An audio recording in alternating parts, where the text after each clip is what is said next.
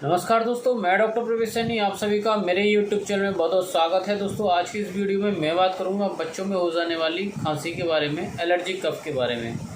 होता क्या है दोस्तों, अक्सर कि बच्चा जैसे आपने उसको कोल्ड ड्रिंक दे दी, ठंडी कोल्ड ड्रिंक, ठंडा पानी या कोई भी ऐसा ठंडा पदार्थ, खट्टा पदार्थ, कभी कभी बहुत ज़्यादा खटाई वाले पदार्थ से भी एलर्जी खांसी हो जाती है बच्चों को। और कभी कभी क्या होता है दोस्तों, कोई दाल वगैरह प्रोटीन का जो सोर्स होता है या अंडा, एग, मीट वगैरह बच्चों को सूट नहीं करता, तो ऐसे में बच्चों को एक तरह की रेस्पिरेटरी एलर्जी हो जाती है। बच्चा रात में खांसने लगता है, उठकर खांसता है बच्चा, लगातार बच्चे की सूखी खांसी उठती है। तो ये एक तरह की एलर्जी कफ होती है जो कि किसी खाद्य पदार्थ विशेष से दिक्कत होती है बच्चों को। तो इसमें क्या होम्योपैथिक दवा आपको देनी है और क्या इसका इलाज है, इसी पे मैं चर्चा करूँगा। वीडियो को अंत तक ज़रूर देखिएगा दोस्तों। वीडियो थोड़ा लंबा बनेगा लेकिन बहुत यूज़फुल नॉलेज का ये वीडियो है। अक्सर जो आप देख रहे हैं कि बच्चे को जो एलर्जी होती है इससे माँ बाप बहुत परेशान रहते हैं।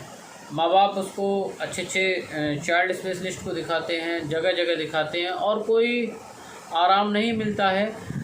डॉक्टर अक्सर क्या होते हैं, एंटी एलर्जिक दवाएं, मोंटेलिग्रास्ट वगैरह सिरप चलता है, सिट्राजिन, मोंटेलिग्रास्ट सिरप बच्चे के कंटिन्यू चलते हैं, या कभी कभी वेदर चेंज होने पे भी ये दिक्कत सामने आती है दोस्तों। तो बड़ा ही एक पैनिक कंडीशन माँ बाप के सामने हो जाती है। कभी कभी बच्चा रात में बहुत ज़्यादा सीवियर कफ हो जाता है, ड्राई कफ हो जाता है और बच्चा लगातार खांसता रहता है। और कभी कभी ऐसा होता है कि बहुत ज़्यादा कंडीशन ख़राब होने में बच्चे की पसलियाँ चलने लगती हैं।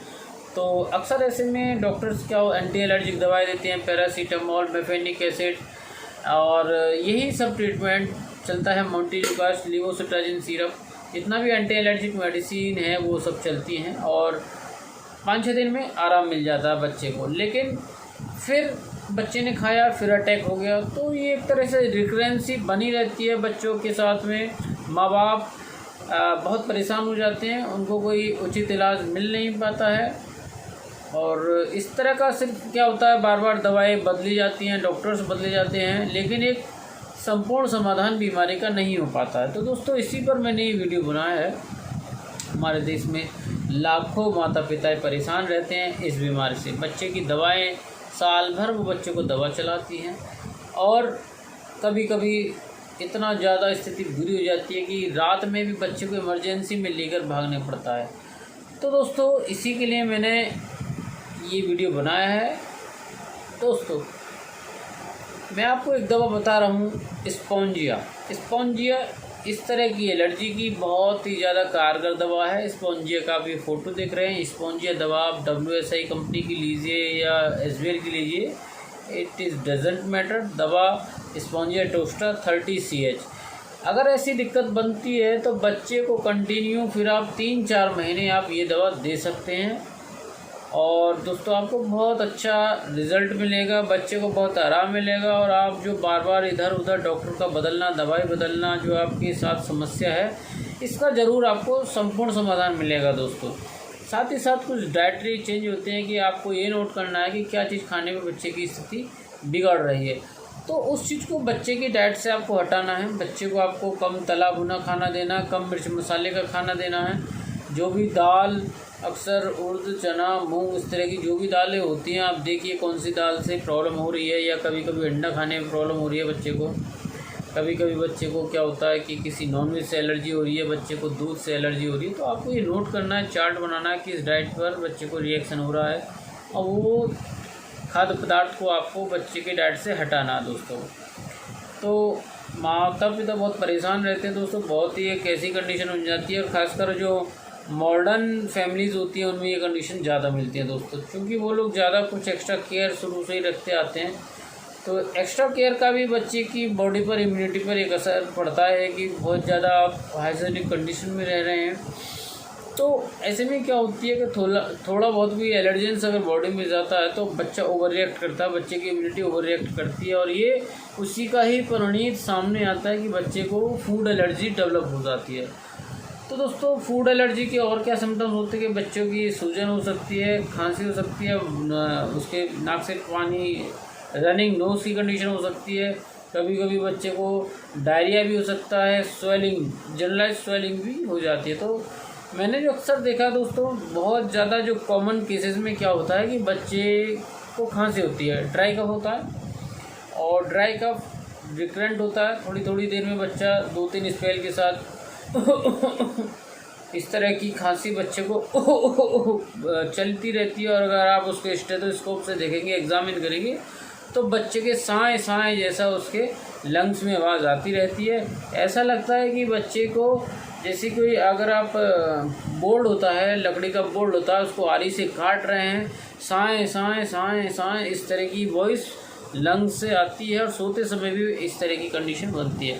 अगर आप बच्चे के कमर पर, बच्चों की जो कमर पर आप कान ला के देखेंगे तो इस तरह की वॉइस आपको नज़र आएगी। तो दोस्तों ये क्या होता है कि जो भी बच्चा खा रहा है, जो भी एलर्जी डेवलप हो रही है, वो एलर्जी से क्या होता है कि हमारे जो लंग्स होते हैं, जो सेंसिटिव लंग्स होते हैं, उन लंग्स पर, वो लंग्स में सूजन आ जाती है, लंग्स की नलियों में सूजन आ जाती है। सूजने पर इस तरह की ये अस्थमा वाली कंडीशन डेवलप हो जाती है। इसको ब्रोंकियल अस्थमा हम कह सकते हैं।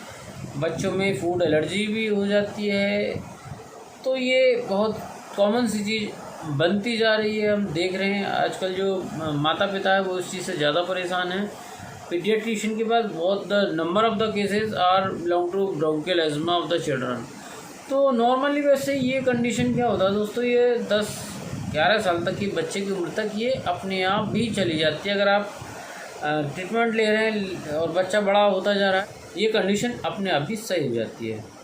तो दोस्तों अगर आप इस कंडीशन से परेशान हैं, बच्चे की एलर्जिक जो खांसी है इससे आप परेशान हैं, तो आप स्पोंजिया टोस्टर 30 का सेवन सुबह दोपहर शाम आप कराएं। दोस्तों साथ ही साथ मैं आपको ये बताना चाहूँगा कि ज़रूरी नहीं है स्पोंजिया टोस्टर सभी को फ़ायदा करे। ये हो सकता है कि आपके बच्चे को सूट करे और दूसरे के बच्चे को सूट ना करे। तो ऐसी कंडीशन में क्या है कि बेहतर ये है कि आप होम्योपैथिक डॉक्टर से, होम्योपैथिक फिजिशियन से सलाह लीजिए, परामर्श कीजिए। डॉक्टर्स आपके बच्चे के पूरे सिम्टम्स को नोट करेंगे, किस चीज़ से रिएक्शन हो रहा है, बच्चे की खान पान की क्या इच्छा रहती है, बच्चे को सर्दी ज़्यादा लगती है, बच्चा गर्म ज़्यादा महसूस करता है, बच्चे का स्वभाव कैसा है, गुस्सेबाज, चिड़चिड़ा, बच्चे की लाइक डिसलाइक कैसी हैं, या माँ के घर में कोई दिक्कत तो नहीं होती बच्चे की, या बच्चे का कोई पुराना ट्रीटमेंट तो नहीं चला। तो आदि सब जब हम पूरा केस टेकिंग होम्योपैथिक डॉक्टर्स करते हैं, तो बॉडी के हिसाब से एक हम जो भी बच्चे के हम सिम्टम्स या केस टेकिंग हम लेते हैं, उसके बेस पर एक बेस्ट सेलेक्टेड मेडिसिन बच्चे को दी जाती है। और ये मेडिसिन बच्चे की दिक्कत को जड़ से ठीक करती है। तो दोस्तों ये जो मैंने स्पोंजिया टोस्टर बताया है, तो इसका स्वयं सेवन आप स्वयं ना करके डॉक्टर्स के परामर्श के हिसाब से आप करें तो बेहतर होगा। और आप अधिक जानकारी के लिए हमारे व्हाट्सअप नंबर पर भी आप कांटेक्ट कर सकते हैं। नंबर मैंने इसमें दे दिया है, नीचे लिंक में मैं नंबर दे दूंगा डिस्क्रिप्शन में। तो दोस्तों आशा करता हूँ ये वीडियो आपको ज़रूर पसंद आया होगा। और आप अपने बच्चे के स्वास्थ्य के लिए अगर आप चिंतित रहते हैं तो होम्योपैथिक दवाई का सेवन जरूर करें। दोस्तों आप दुनिया भर की जो दवा करा रहे हैं, उन दवाओं से छुटकारा आपके बच्चे को ज़रूर मिलेगा। दोस्तों देर है पर अंधेर नहीं, इलाज सभी का है, बशर्ते उचित पैथी और उचित दवा का चयन डॉक्टर के द्वारा होना चाहिए। दोस्तों धन्यवाद मेरे वीडियो को देखने के लिए। अगर आप मेरे चैनल पर पहली बार आएँ तो प्लीज़ चैनल को सब्सक्राइब जरूर करें और ज़्यादा से ज़्यादा व्हाट्सएप ग्रुप में मेरे चैनल को आप वीडियो को शेयर करें। धन्यवाद।